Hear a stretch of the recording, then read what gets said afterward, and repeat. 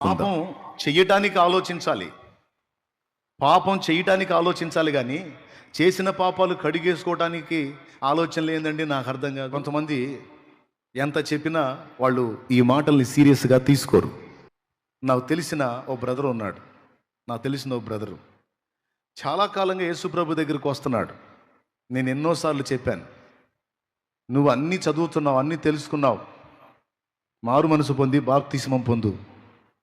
ఈ లోకంలోనికి పాపిగా వచ్చాం, చచ్చేటప్పుడు పరిశుద్ధులంగా చద్దాం, దేవుని దగ్గరికి పోయేటప్పుడు పాపాలు కడిగేసుకొని పరిశుద్ధులమై చేరదాం, నా మాట విను, రక్షణ పొందని నేను దొరికినప్పుడల్లా మనిషి చెప్తున్నా.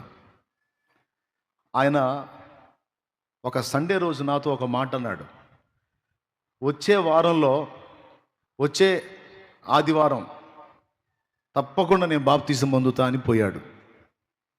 వచ్చే ఆదివారం తప్పకుండా నేను బాప్తిజం పొందుతాను, ఇప్పుడు పొందను అని పోయాడు. మీకు తెలుసా, అతను వెళ్ళిన 3వ రోజు నా కబురు వచ్చింది, అతను చనిపోయాడని. ఇది రియల్గా జరిగింది. నేను అతని దగ్గరికి వెళ్ళి ఆ డెడ్ బాడీని చూసి అతని మొహంకెళ్ళి చూస్తే అతడు అన్న మాటలు గుర్తొస్తున్నాయి నాకు. ఏమన్నా తెలుసా, ఇన్ని రోజులు నీకు చెప్పలా, ఈరోజు చెప్తున్నాను నేను, ఖచ్చితంగా వచ్చే వారం తప్పకుండా నేను బాప్తిజం పొందుతా అని పోయాడు. అంటే అతను ఏమనుకున్నాడు, వచ్చే సండే వరకు నేను బతికుంటా అనుకున్నాడు. అతను అనుకోలేదు ఇంకా 3 డేస్లోనే నా కథ ముగుస్తుంది అని, ఇంకా 3 దినాల్లోనే నేను యాత్ర ముగిస్తాను అని అతను అనుకోలే.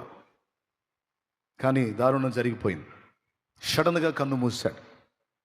ఇలాంటి ఒకటి కాదు, చాలా స్టోరీస్ ఈరోజు ఇక్కడ కూర్చున్న మీ అందరికీ ప్రేమతో చెప్పాలి కాబట్టి, నా బాధ్యత కాబట్టి నేను చెప్తున్నా. మీరు బాప్తిజం పొందుకుంటే నాకేం లక్షలు రావు, కనీసం 100 కూడా రావు, 10 కూడా రావు. ఇంకా చెప్పాలంటే నాకు చాకిరి మీకు బాప్తిజం ఇవ్వడానికి. ఆయన దానికి కూడా సిద్ధపడ్డా. కానీ ఎందుకు ఈ మాటలు చెప్తున్నానంటే, మీ ఆత్మలు నరకానికి వెళ్లకుండా నిత్య జీవానికి చేరాలని. దేవుడు ఇప్పటికే నీకు చాలా కాలం టైం ఇచ్చాడు. నీకు తెలియకుండా ఏమి లేదు, నీకు తెలుసు. తెలిసే నువ్వు ఆలస్యం చేస్తున్నావు. కొన్నిటిని బలవంతంగా తెంచుకోవటానికి తెగించలేక పిరికి పందవై భయపడుతూ వెనకడుగేస్తున్నావు.